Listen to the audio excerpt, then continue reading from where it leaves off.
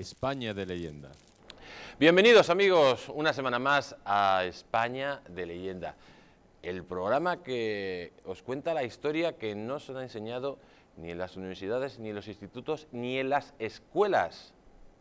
Porque desgraciadamente amigos, en las escuelas, en los institutos, en las universidades y en los medios de comunicación, pues nos suelen enseñar una historia tétrica, trágica y generalmente manipulada de lo que es España. Lo cierto es que hoy os hemos preparado pues un programa muy especial, un programa del cual pues ustedes tendrán muchísimas referencias. Habrán visto, por ejemplo, la película La Corona Partida, donde pues Fernando de Aragón y el archiduque Felipe el Hermoso pues se estaban peleando por la corona de España, ¿no? También habrán visto pues la serie de Isabel, que también trata de estos temas, como pues después de 800 años de lucha contra el sarraceno, amigos, pues se unen los reyes católicos, terminan la Reconquista, se forma el primer estado moderno de Europa, que es nada más y nada menos España, y después de todos esos esfuerzos llegaría un felón llamado Felipe el Hermoso y pondría en entredicho pues esa realidad histórica que es España. Y sobre todo, no solo que la ponía en entredicho, sino que podía haber supuesto pues que si su reinado hubiera llegado a durar mucho tiempo, pues España seguramente se hubiera producido una involución histórica tremenda y seguramente puede que hoy no estuviéramos hablando de España, estuviéramos hablando de otro concepto, porque este tipo la verdad que tenía una ambición brutal y no le importaba dar mercedes a cualquiera con tal de alcanzar su objetivo sin interesarle en ningún momento pues el interés general, como se dice vulgarmente, ¿no?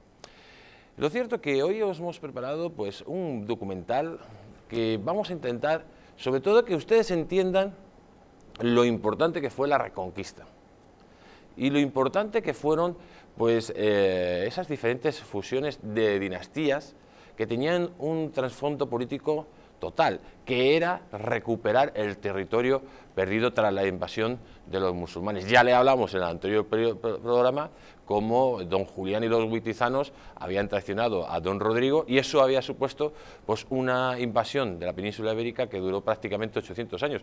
800 años que tuvimos que estar luchando para expulsar al invasor de nuestras tierras, al moro, al sarraceno, que había pues ocupado todos los territorios donde actualmente ustedes viven. Por eso los reyes cristianos generalmente lo que pretendían, amigos, era ir poco a poco fusionando sus dinastías, los diferentes reinos cristianos que surgen de esa invasión y se rebelan al dominio de las hordas de Mahoma, y poco a poco van uniéndose los diferentes reinos, por ejemplo el reino de León, con Asturias, Castilla, el reino de Aragón, luego posteriormente se uniría en 1512 el reino de Navarra, que tendrían como trasfondo pues ese, recuperar el territorio que había sido perdido. Y en definitiva, todo esto se había conseguido y se ponía en peligro por un miserable llamado Felipe el Hermoso. Vamos a ver este documental que nos cuenta pues todo lo que sucedió y cómo, gracias a Dios, España salió de esta situación tan complicada.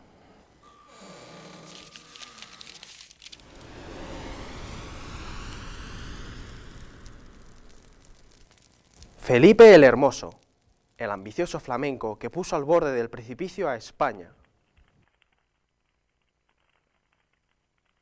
La invasión de la península ibérica por las hordas de Mahoma provocará el nacimiento de pequeños reinos cristianos divididos políticamente entre sí, pero a su vez unidos por la idea común de expulsar al infiel y de recuperar la unidad perdida antes de la llegada de los musulmanes.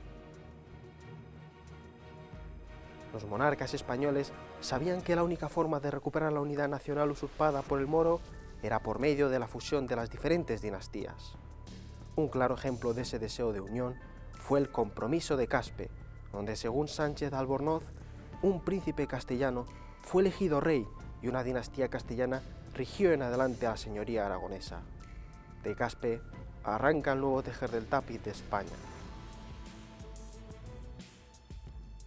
Y así, después de siglos de lucha contra los saracenos, poco a poco se fue forjando la unión de los reinos españoles. De esta forma, el glorioso año de 1469, Isabel de Castilla y Fernando de Aragón contraen matrimonio y unen las dos coronas, dando nacimiento al primer estado moderno de Europa, España. El 2 de enero de 1492, el último reino musulmán de la península ibérica se rinde a los reyes católicos, dando fin a la reconquista que los reinos cristianos habían comenzado en el siglo VIII con Don Pelayo.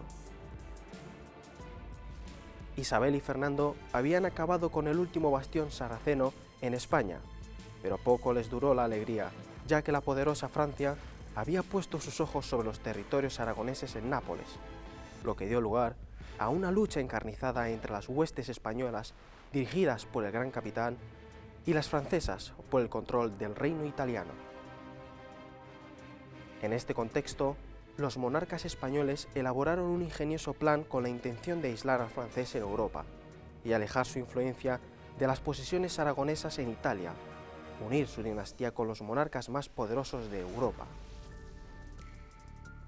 La política matrimonial de los reyes católicos consistirá en casar a sus hijos con los reyes europeos más importantes de la época y de esta forma enjaular a Francia dentro de su territorio. Y así, Isabel de Aragón se casó con el infante Alfonso de Portugal y más tarde, a la muerte de este, con Manuel I de Portugal. Juan de Aragón se casó con Margarita de Austria, hija del emperador Maximiliano I de Habsburgo. A Juana la Loca la casaron con Felipe el Hermoso, hijo también del emperador Maximiliano I de Habsburgo de Austria. A María de Aragón, tras morir su hermana Isabel, la casaron con Manuel I de Portugal. Y por último, Catalina de Aragón se casó con Enrique VIII de Inglaterra. Según Pedro Fernández Barbadillo, la crisis política se planteó al morir el príncipe Juan en 1497. Se agravó a medida que fallecían la infanta Isabel, su hijo Miguel de la Paz y la propia reina, y no se cierra hasta 25 años después, al liquidarse las rebeliones de comuneros y agermanados. Las Cortes de 1502 y 1503 habían suplicado a la reina que pusiese en orden la sucesión. En una época donde la unión de las dinastías no solo forjaba nuevos estados, sino además alianzas básicas para la pujanza del reino, cualquier circunstancia que perjudicara la sucesión no solo era un problema de seguridad nacional, sino que ponía en riesgo la propia supervivencia del reino.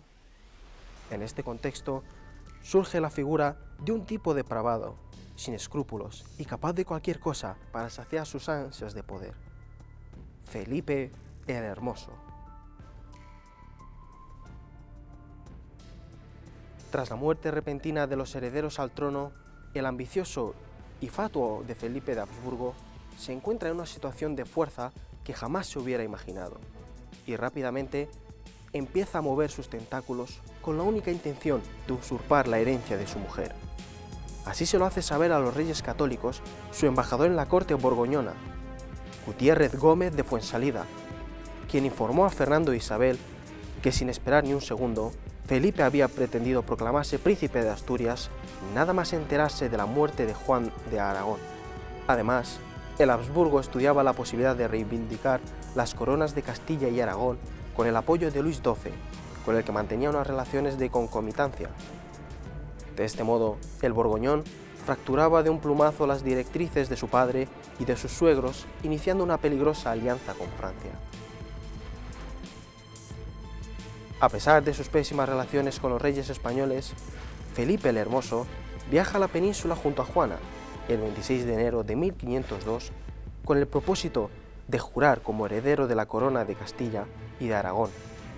Así nos relata Pedro Fernández Barbadillo la preocupación de Isabel y Fernando ante el sospechoso comportamiento de los príncipes de Asturias a su llegada a España. El viaje del matrimonio a España para jurar como herederos se realizó a través de Francia. Su duración y los agasajos que recibieron Juana y Felipe de Luis XII, así como el comportamiento de estos en Castilla confirmaron a los reyes católicos que su hija estaba enloqueciendo y su yerno les abandonaba por el francés. Pero el príncipe de Asturias continuaba lo suyo, y una vez conseguido su propósito de asegurarse la herencia de los reyes católicos, abandona la península y vuelve a su guarida en Flandes, para desde allí conspirar contra los intereses de España.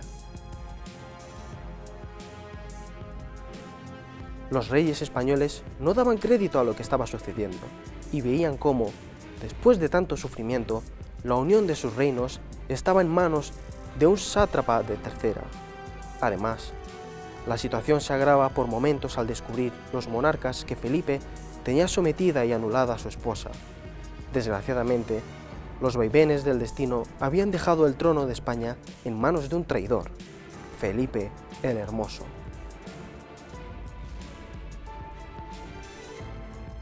El mezquino príncipe de Asturias poco a poco iba afianzando su alianza con la archienemiga de España, Francia, mientras Isabel y Fernando intentaban por todos los medios destruir el pacto entre Felipe y los gabachos, pero se veían imponentes al no poder contar con el apoyo de su hija, quien tras el acoso psicológico y físico del flamenco se había convertido en un títere en manos del perverso duque de Borgoña. De este modo, el 5 de abril de 1503, Felipe el Hermoso y Luis XII de Francia firman el Tratado de Lyon para poner fin a la guerra en Nápoles. El borgoñón tenía unas indicaciones muy claras de Fernando el Católico, pero se las pasó por el arco del triunfo y pactó otras muy distintas, contraviniendo de esta forma los intereses del monarca español. Ante semejante traición, Fernando rechazó las condiciones del tratado y lo dejó sin efecto. Pero, ¿qué pretendía el pérfido duque flamenco? El Habsburgo aprovecharía la confianza recibida por su suegro para ceder el control del reino aragonés de Nápoles a Francia. En unos años, donde España y Francia mantenían una encarnizada guerra por el control de Nápoles, al heredero de la corona española no se le ocurre otra cosa que pactar con el francés la entrega de Nápoles. ¿Existe mayor traición?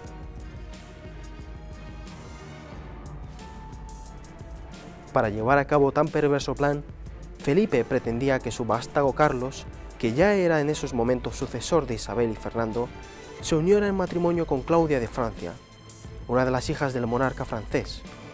Así, durante la minoría de edad de Carlos y Claudia, el control de la parte norte del reino estaría en manos de los franceses y la de la zona sur quedaría bajo el gobierno del traidor de Felipe, dejando prácticamente fuera del tablero los intereses españoles después de haber luchado a cara de perros para expulsar a los franceses del territorio napolitano.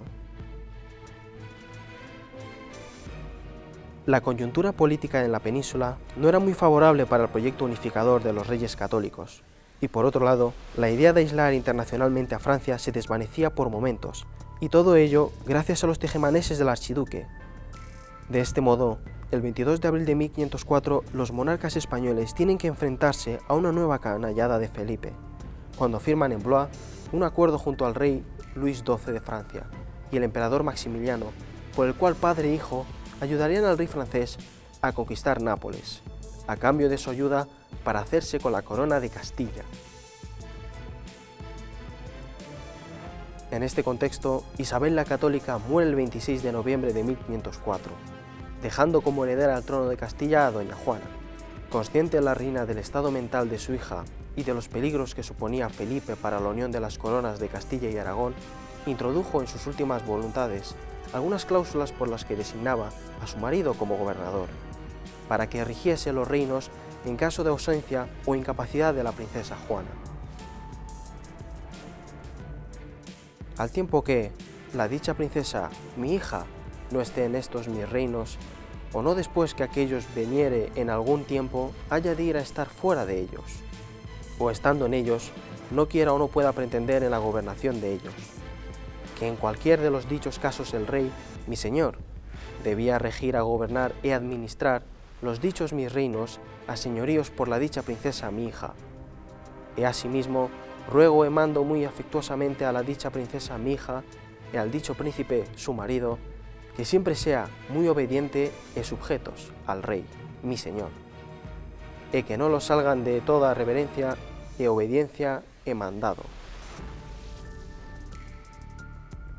A principios de 1505, Fernando convocó las Cortes en Toro, donde se juró reina a doña Juana y se reconoció a Fernando como gobernador y administrador del reino. Pero lo que parecía un golpe definitivo al del rey católico se volvió rápidamente en su contra, al colisionar con los intereses de gran parte de la nobleza castellana que estaba esperando con el cuchillo entre los dientes para ajustar las cuentas al viejo monarca aragonés. Parecía que todo estaba a favor del archiduque. Por un lado, la locura de Juana y por otro, las ganas de venganza de la nobleza castellana que estaba guardando la muerte de la reina Isabel para recuperar sus privilegios perdidos. Pero para alcanzar sus espurias ambiciones, Felipe necesitaba la ayuda de un hombre sin escrúpulos, capaz de traicionar a sus reyes y que sirviera de enlace con la despachada aristocracia castellana. Ese hombre sería Juan Manuel de Villena y de la Vega, más conocido como el Señor de Belmonte.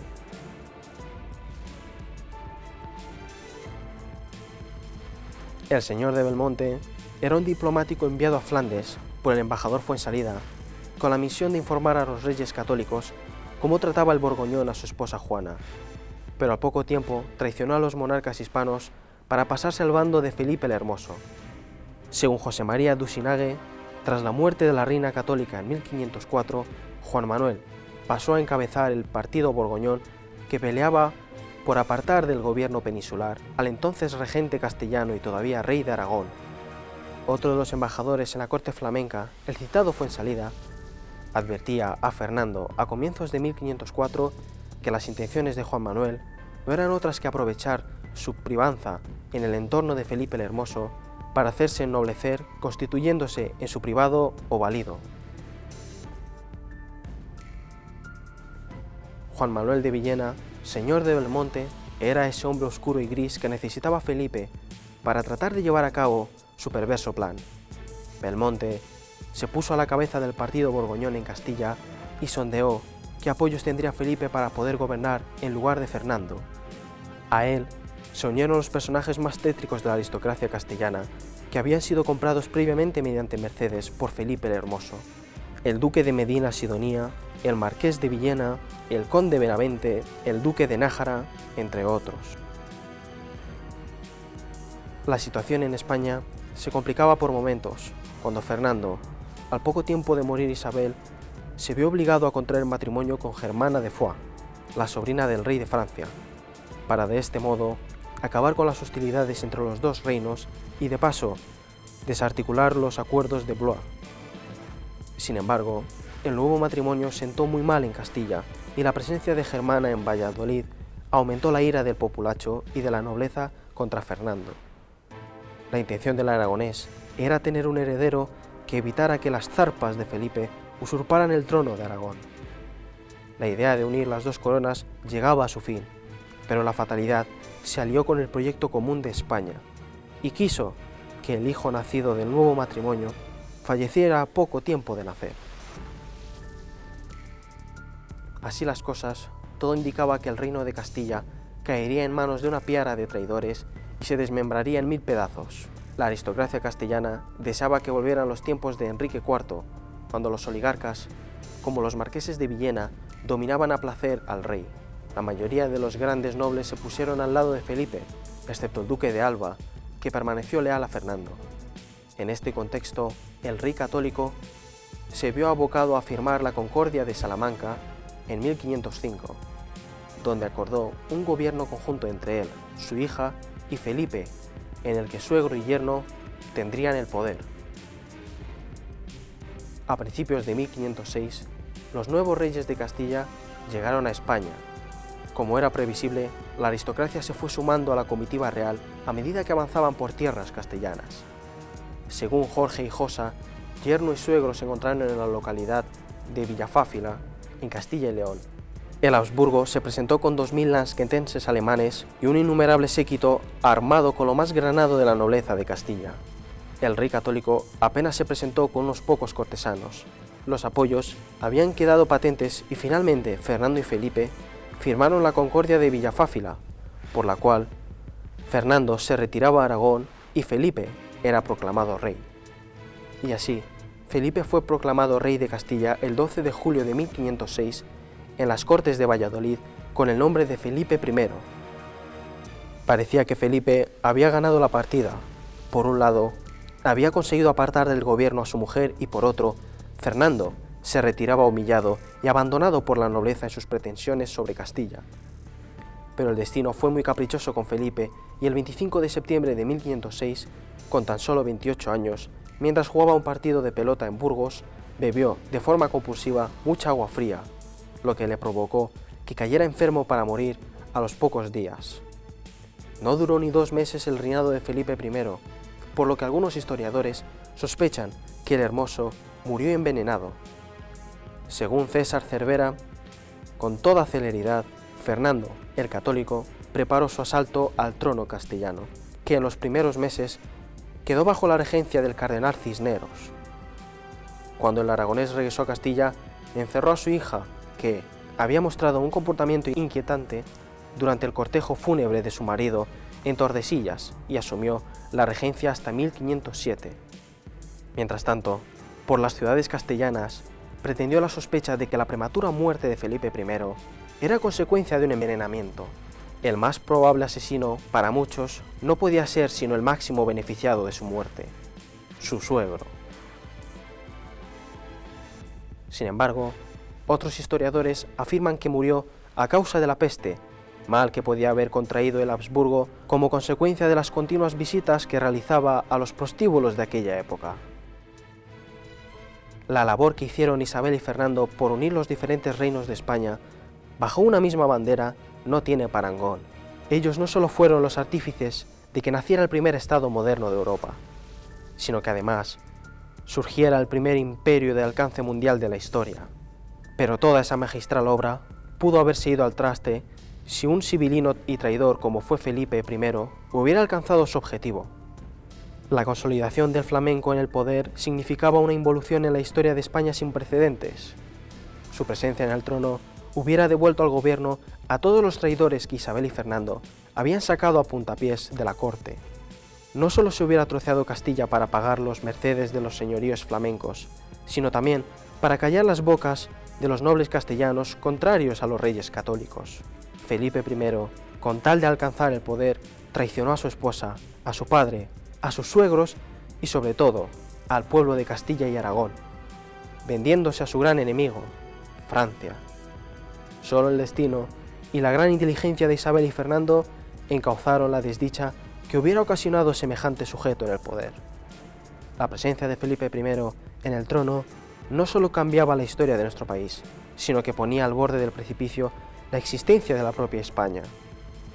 Y por último, habría que recordarle a Felipe I de Castilla el dicho del escritor irlandés George Bernard Shaw, que decía: «El hombre puede trepar hasta las cumbres más altas, pero no puede vivir allí mucho tiempo».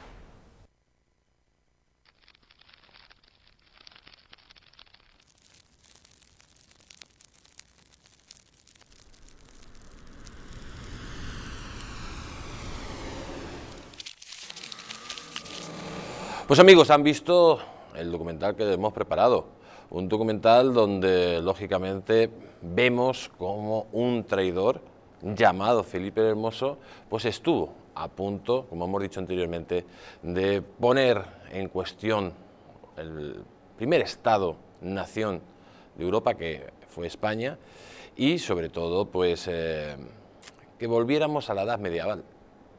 Si Felipe el Hermoso hubiera triunfado, pues los nobles de nuevo hubieran gobernado en Castilla y en Aragón, y no hubiera habido esa evolución natural que significaba que los reyes por fin tuvieran el control de sus reinos y no que estuvieran a merced de los nobles, esos nobles que eran prácticamente como eran como una especie de reino de taifas. En sus regiones pues prácticamente no existía la ley del monarca, no había una unificación de criterios, ¿no? Eso hubiera significado que Felipe el Hermoso hubiera triunfado. Porque amigos, lo hemos dicho antes, Han sido muchísimos los años que los cristianos, los reinos cristianos de España, lucharon contra el invasor musulmán. Por medio de, bueno, de sangre, de guerra, pudieron recuperar pues, el terreno perdido ante el moro. Y todos esos pequeños reinos que iban saliendo, en el norte de España principalmente, primero el reino de Asturias, el reino de Pamplona, luego el reino de Navarra, el reino de Aragón, no hubo reino de Cataluña, como enseñan las escuelas de Cataluña, no hubo reino de Cataluña, siempre, hay que decirlo, Cataluña ha sido una entidad jurídica que ha estado por debajo de otra superior, primero el reino de Aragón y luego el reino de España. Pero en definitiva estos reinos, aunque estaban divididos, tenían en común una cosa, amigos. Ellos sabían que había que, primero, que expulsar al moro infiel y segundo, que recuperar los territorios que se habían perdido. Y dirá la gente, no, eso no tiene ningún sentido. El mayor sentido, para que ustedes entiendan que esto es una realidad, es cómo poco a poco los diferentes reinos, por medio de los casamientos de la época, se van uniendo, hasta que quedan dos grandes reinos en España, que es el reino de Castilla y el reino de Aragón.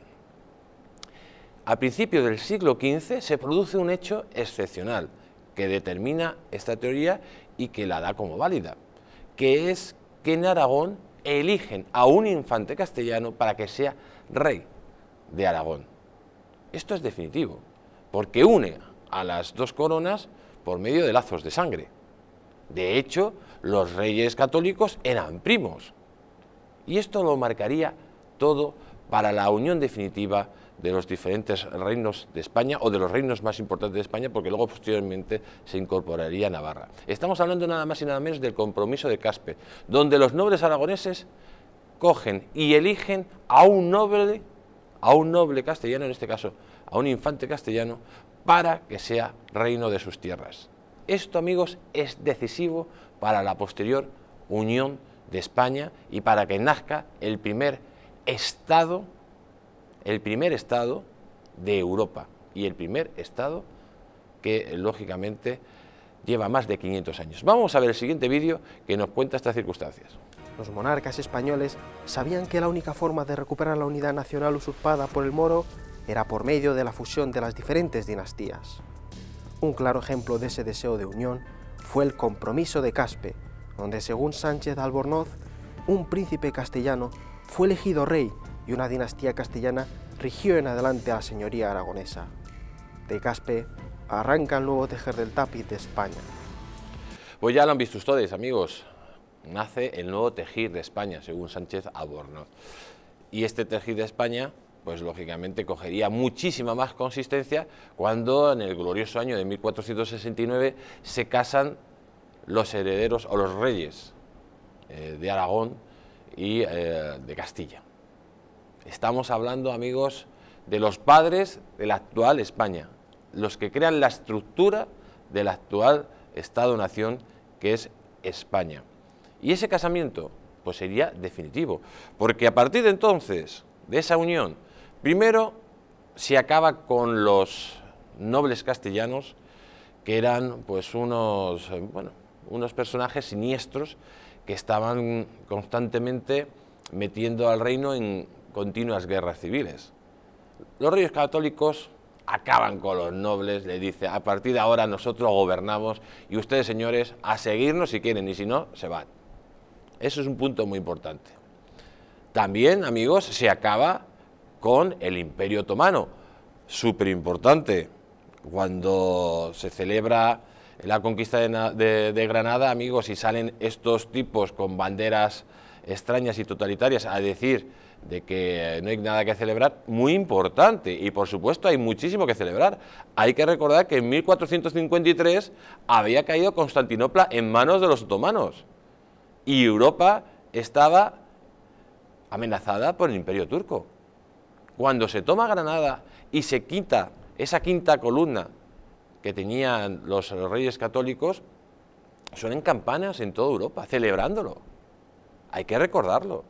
Fue un hecho excepcional y fue un hecho que hizo contraposición a la caída de Constantinopla, porque hay que decir que en esos momentos todo el continente europeo estaba en peligro y estaba bajo la amenaza del imperio turco. Se acaba con el último reino moro de España.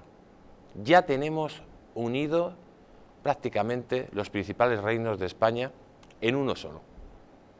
Castilla y Aragón se une en uno solo. Y a partir de aquí, ¿qué es lo que pasaría?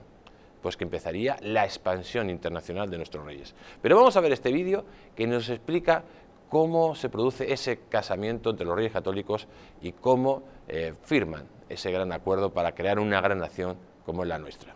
El glorioso año de 1469, Isabel de Castilla y Fernando de Aragón contraen matrimonio y unen las dos coronas, dando nacimiento al primer estado moderno de Europa, España. Ya tenemos, amigos, al primer estado moderno de España. Perdón, de España no, de Europa, disculpen. Ya lo tenemos. A partir de aquí, ¿qué es lo que sucedería? Hay que recordar que el Reino de Aragón tenía, pues sus dominios se extendían hasta Italia, Nápoles, Sicilia, Cerdeña, incluso llegó a tener territorios en la actual Grecia. Y esos territorios que tenía el Reino de Aragón en Italia, pues eran deseados por los de siempre, por los franceses. Esos franceses, amigos, que en esos momentos eran pues el reino más hegemónico de Europa. Hay que recordar que las caballerías o los ataques de los caballeros franceses, de la caballería pesada, eran demoledores en el campo de batalla. Entonces aquí se produce el primer gran conflicto internacional que tendrían los reyes católicos. Francia quiere tener el control del sur de Italia. ¿Y en el sur de Italia quién estaba? Pues el reino español. Ahí le iba a esperar el gran capitán. Vamos a ver el siguiente vídeo que nos lo explica. Isabel y Fernando habían acabado con el último bastión sarraceno en España, pero poco les duró la alegría, ya que la poderosa Francia había puesto sus ojos sobre los territorios aragoneses en Nápoles, lo que dio lugar a una lucha encarnizada entre las huestes españolas dirigidas por el gran capitán y las francesas por el control del reino italiano. En este contexto, los monarcas españoles elaboraron un ingenioso plan con la intención de aislar al francés en Europa y alejar su influencia de las posesiones aragonesas en Italia, unir su dinastía con los monarcas más poderosos de Europa.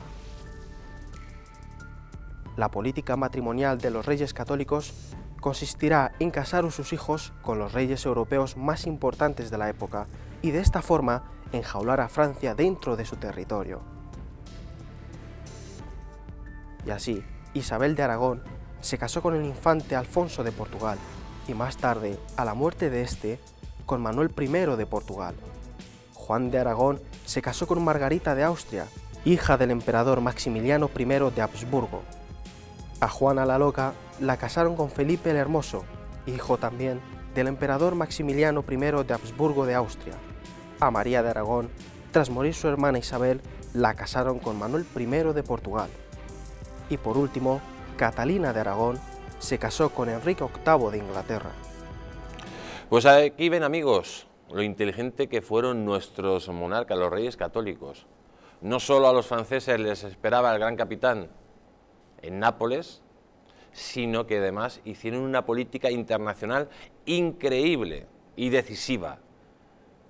Por un lado, aislaron al león francés.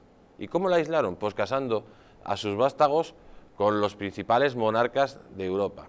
Por un lado, con los herederos a la corona inglesa, con los herederos al imperio austriaco y con el rey de Portugal. La verdad que la estrategia era perfecta. Internacionalmente, Francia quedaba totalmente aislada. Por otro lado, militarmente a Francia, el gran capitán le estaba dando pal pelo a los franceses una y otra vez, y España empezaba a presentar sus papeles como primera potencia mundial. Pero ¿qué es lo que sucede, amigos? Sucede algo trágico, que poco a poco todos esos herederos de los reyes católicos van muriendo, hasta el punto que le llega, digamos, la corona, le llega a Juana la Loca. ¿Y con quién estaba casada Juana la Loca? Pues con un tipo siniestro, cruel, fatuo, llamado Felipe el Hermoso. Felipe el Hermoso, amigos, que además era vasallo del reino de Francia. En esos momentos se pone en peligro toda la estrategia que habían realizado los reyes católicos y se pone en peligro casi 800 años de la historia de España. ¿Y por qué? Porque este tipo, nada más morir los diferentes herederos al trono de España, se quiere autoproclamar príncipe de Asturias y reclama su parte de la corona. Vamos a verlo. Tras la muerte repentina de los herederos al trono, el ambicioso y fatuo de Felipe de Habsburgo se encuentra en una situación de fuerza que jamás se hubiera imaginado, y rápidamente empieza a mover sus tentáculos con la única intención de usurpar la herencia de su mujer.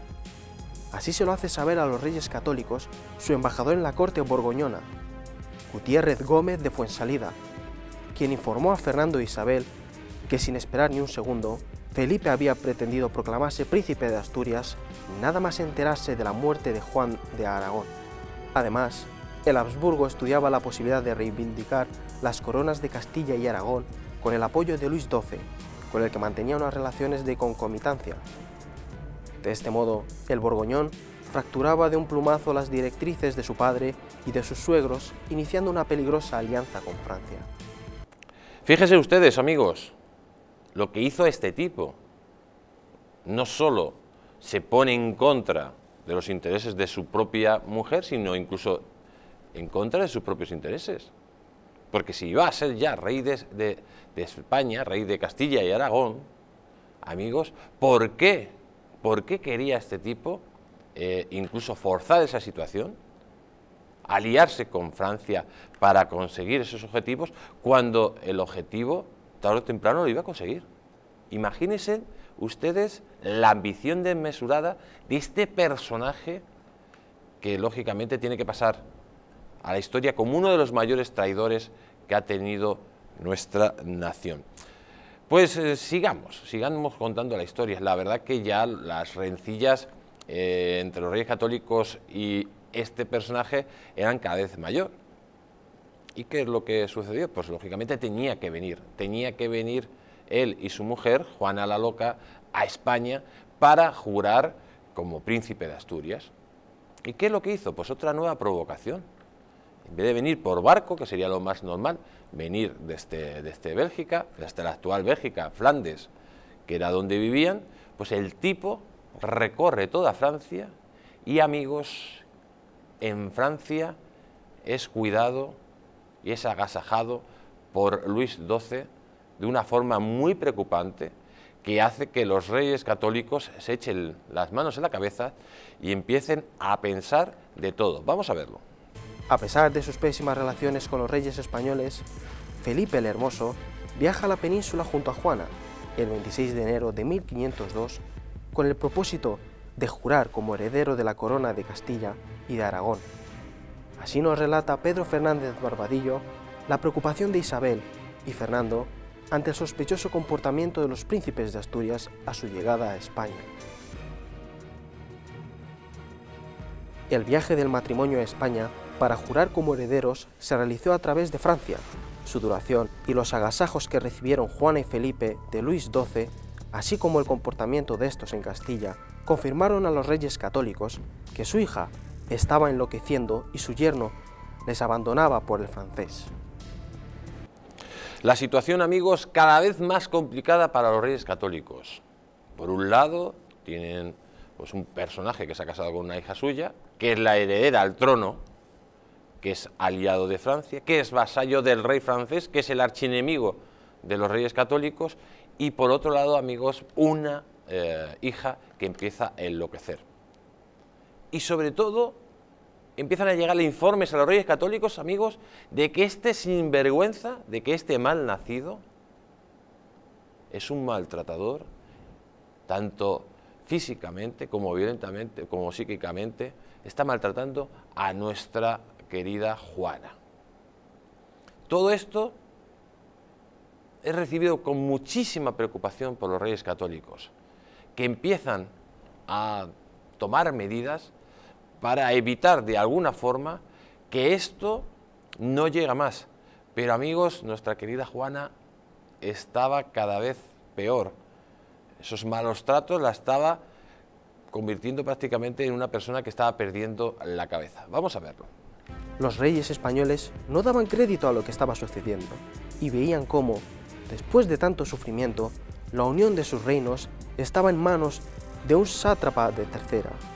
Además, la situación se agrava por momentos al descubrir los monarcas que Felipe tenía sometida y anulada a su esposa.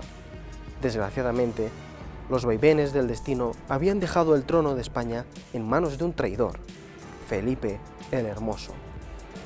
Pues ahí vemos los destinos de España, amigos, en manos de un traidor. ¿Les suena de algo? Bueno, en definitiva, el rey católico, Fernando el Católico, era una persona muy, muy inteligente. Y si no podía con su enemigo, intenta unirse. Y manda a nuestro querido Felipe el Hermoso, lo manda a negociar con el rey francés Luis XII, el famoso, y firman el famoso Tratado de Lyon en 1503. Ese Tratado de Lyon, amigos, en el cual el borgoñón, Felipe I, el Hermoso, traicionaría de nuevo los intereses de España. Este personaje, en vez de firmar las indicaciones que le ha dicho Fernando de Aragón, firma otras totalmente diferentes. Y después de España haberse batido el cobre contra los franceses en Nápoles, después de que el gran capitán los haya dado pal pelo en 1 y 1000 batallas, pues este tipo negocia lo siguiente: que el norte de Italia va a ser para el norte de Nápoles va a ser para los franceses, y el sur va a ser para él, principalmente. Porque ¿qué es lo que pretendía? Casar a la hija Claudia, que era hija del rey de Francia, con su hijo Carlos I, que posteriormente sería el Carlos V, el emperador que gobernaría sobre el mundo, ¿no? Pues este tratado, amigos, lo firma este señor saltándose todas las indicaciones, bueno, que les había dado Fernando el Católico. ¿Y qué es lo que pasó? Que Fernando el Católico dijo que no reconocía este tratado. Vamos a verlo. De este modo, el 5 de abril de 1503, Felipe el Hermoso y Luis XII de Francia firman el Tratado de Lyon para poner fin a la guerra en Nápoles. El borgoñón tenía unas indicaciones muy claras de Fernando el Católico, pero se las pasó por el arco del triunfo y pactó otras muy distintas, contraviniendo de esta forma los intereses del monarca español. Ante semejante traición, Fernando rechazó las condiciones del tratado y lo dejó sin efecto. Pero, ¿qué pretendía el pérfido duque flamenco? El Habsburgo aprovecharía la confianza recibida por su suegro para ceder el control del reino aragonés de Nápoles a Francia. Pues ahí lo tenemos, amigos. Ahí tenemos a este personaje que no se quedaría quieto y rápidamente en 1504 firma otro tratado, el Tratado de Blois. En este tratado también interviene su padre, Maximiliano, y firman con Francia que Francia ayudaría al traidor de Felipe I a hacerse con las coronas de Castilla y Aragón, a cambio de que Maximiliano ayude a Francia en la guerra en Nápoles. ¿Se puede ser más miserable, amigos? Cuando este tipo iba a ser el heredero a la corona de España, a la corona de Castilla y Aragón. Pero si la situación ya era preocupante, todavía es más. Cuando la mejor reina que ha existido en la historia universal, Isabel de Castilla, que gracias a Dios fue española, muere en 1504, el 26 de noviembre, hace poco, ahora estamos en noviembre, hace poco que murió, sería el aniversario de su muerte. Muere y declara heredera de la corona de Castilla a su hija Juana y gobernador a, lógicamente, a su marido, a Fernando el Católico. ¿Por qué hace esto? Porque ya eran muchísimas las informaciones que indicaban que no se podía dejar la corona en manos de un traidor. Vamos a verlo. De este modo, el 22 de abril de 1504, los monarcas españoles tienen que enfrentarse a una nueva canallada de Felipe, cuando firman en Blois un acuerdo junto al rey Luis XII de Francia y el emperador Maximiliano, por el cual padre e hijo ayudarían al rey francés a conquistar Nápoles, a cambio de su ayuda para hacerse con la corona de Castilla. En este contexto, Isabel la Católica muere el 26 de noviembre de 1504, dejando como heredera al trono de Castilla a doña Juana. Consciente la reina del estado mental de su hija y de los peligros que suponía Felipe para la unión de las coronas de Castilla y Aragón, introdujo en sus últimas voluntades algunas cláusulas por las que designaba a su marido como gobernador, para que rigiese los reinos en caso de ausencia o incapacidad de la princesa Juana. Pues amigos, todo parecía que iba a estar de nuevo controlado. Después de este tratado y después del Nuevo Testamento de Isabel la Católica, parecía que se había echado o se había dejado de lado al Borgoñón del trono, o del gobierno, por lo menos. De hecho, en 1505 las Cortes de Toros pues nombran heredera a Juana y a Fernando el Católico también gobernador. Parecía que todo estaba controlado, que el aragonés se había salido con la suya y había dejado fuera de la partida a Felipe el Hermoso. Pero esto no iba a ser así.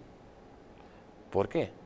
Porque los nobles, amigos, esos malditos nobles que habían debilitado constantemente a Castilla antes de que llegara Isabel al trono, que habían condicionado los reinos anteriores, que habían provocado continuas guerras civiles y habían llevado a la miseria y al hambre a la población castellana, de nuevo exigían su cuota de poder. Y esos malditos nobles iban a ser decisivos para que Felipe el Hermoso volviera de nuevo a la partida, amigos. Eso fue lo que pasó. Como siempre, la miseria moral de unos pocos poniendo en peligro el destino de nuestra nación. Vamos a verlo. A principios de 1505, Fernando convocó las Cortes en Toro, donde se juró reina a doña Juana y se reconoció a Fernando como gobernador y administrador del reino.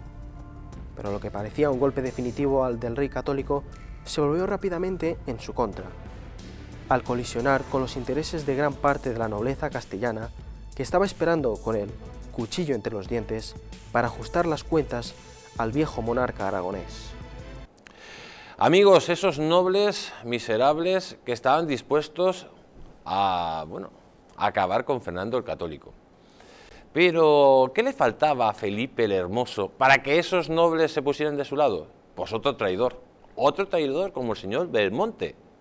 El señor Belmonte, que había sido mandado a Flandes para que informara a los reyes católicos cómo se comportaba Felipe el Hermoso con su hija. La verdad que no se puede ser más traidor que este miserable, porque este miserable sería el que organizaría a todos esos traidores para que Felipe el Hermoso se convirtiera en el nuevo rey de Castilla y pusiera contra las cuerdas a nuestra nación. Vamos a verlo. Por un lado, la locura de Juana, y por otro, las ganas de venganza de la nobleza castellana que estaba aguardando la muerte de la reina Isabel, para recuperar sus privilegios perdidos. Pero para alcanzar sus espurias ambiciones, Felipe necesitaba la ayuda de un hombre sin escrúpulos, capaz de traicionar a sus reyes y que sirviera de enlace con la despachada aristocracia castellana. Ese hombre sería Juan Manuel de Villena y de la Vega, más conocido como el Señor de Belmonte.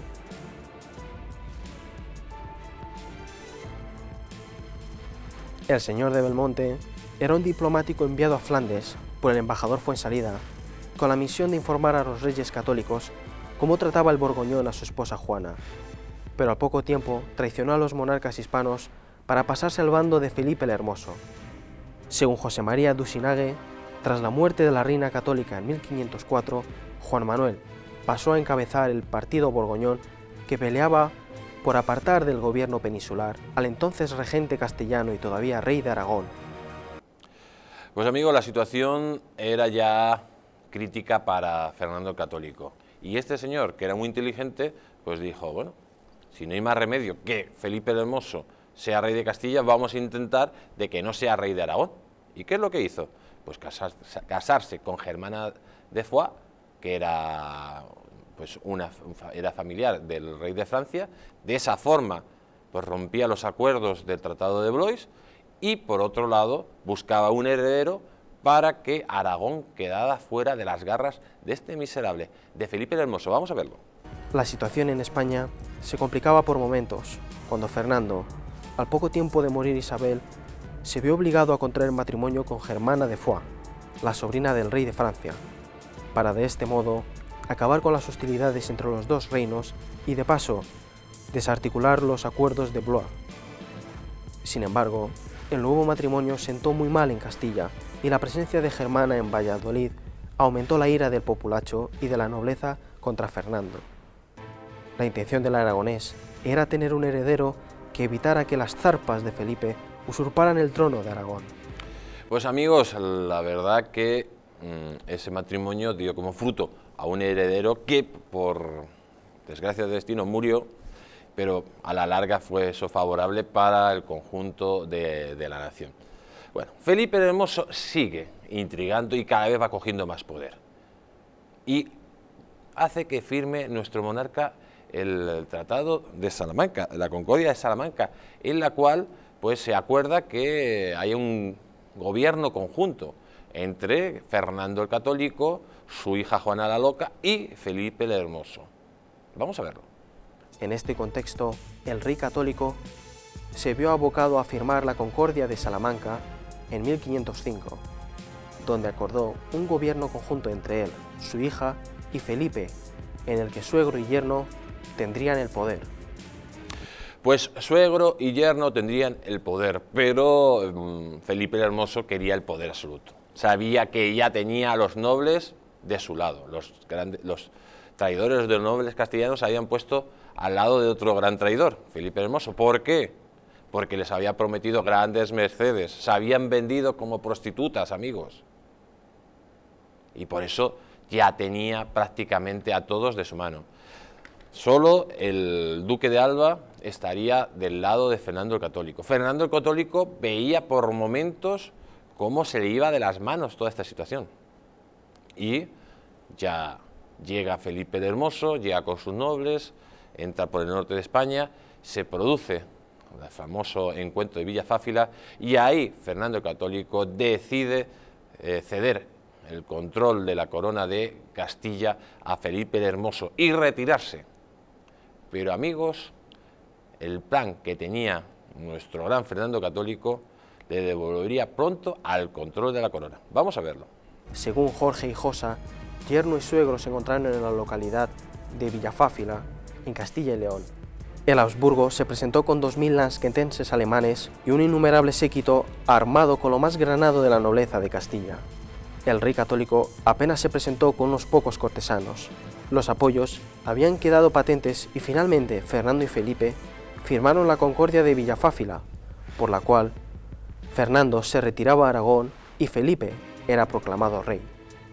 Y así, Felipe fue proclamado rey de Castilla el 12 de julio de 1506 en las Cortes de Valladolid con el nombre de Felipe I.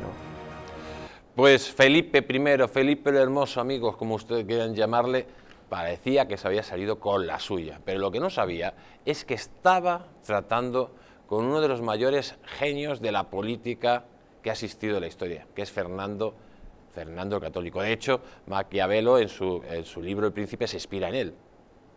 ¿Por qué? Porque era un genio, amigos. Es que tuvimos la mejor reina de la historia universal y tuvimos también el mejor rey de la historia universal, Isabel y Fernando, los padres de España.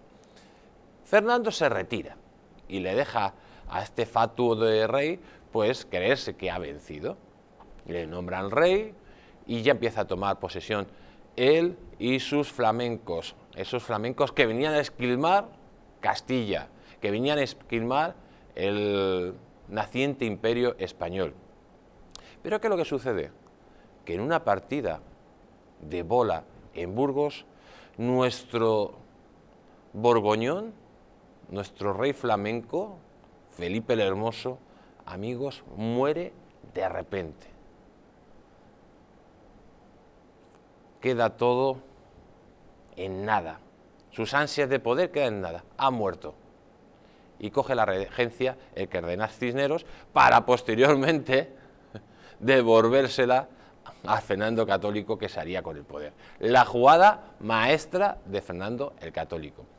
Dicen que la muerte de Felipe el Hermoso fue porque bebió agua fría y le dio un suponcio, pero hay otras teorías, que era un degenerado que solía acostumbrar ir a casas de citas, de prostitutas, y que ahí cogió la peste, pero también hay otra teoría que dice que pues este señor murió porque fue envenenado por su suegro, por Fernando el Católico. Lo cierto, que lo mismo me da que fuera una cosa que fuera la otra, amigos. La muerte de este personaje fue clave para que naciera el mayor imperio de la historia hasta ese momento, que fue el Imperio Español, el primer imperio global, porque de manos de Fernando el Católico y luego posteriormente de sus nietos y bisnietos, España gobernaría el mundo. Y todo gracias a que este hombre no gobernó más de 2 meses. ¿Qué le sucedió a esos nobles que se lamían creyendo que iban a recuperar altas cuotas de poder?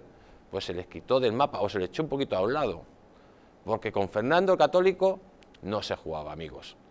En definitiva, yo creo que hemos comprendido perfectamente lo que fue esa gran traición de Felipe el Hermoso, esa gran traición del señor Belmonte, que nunca hay que olvidarlo, y sobre todo la gran traición de los nobles castellanos, amigos. Todos confabulados para romper el proyecto nacional. ¿Les suena de algo? Se parece mucho a lo que estamos viviendo hoy en día en la España actual. Por eso es muy importante que no olvidemos nuestra historia, para no repetir los errores del pasado. Amigos, se nos acaba el tiempo y aquí os dejamos. Os vemos la próxima semana aquí, en España de Leyenda.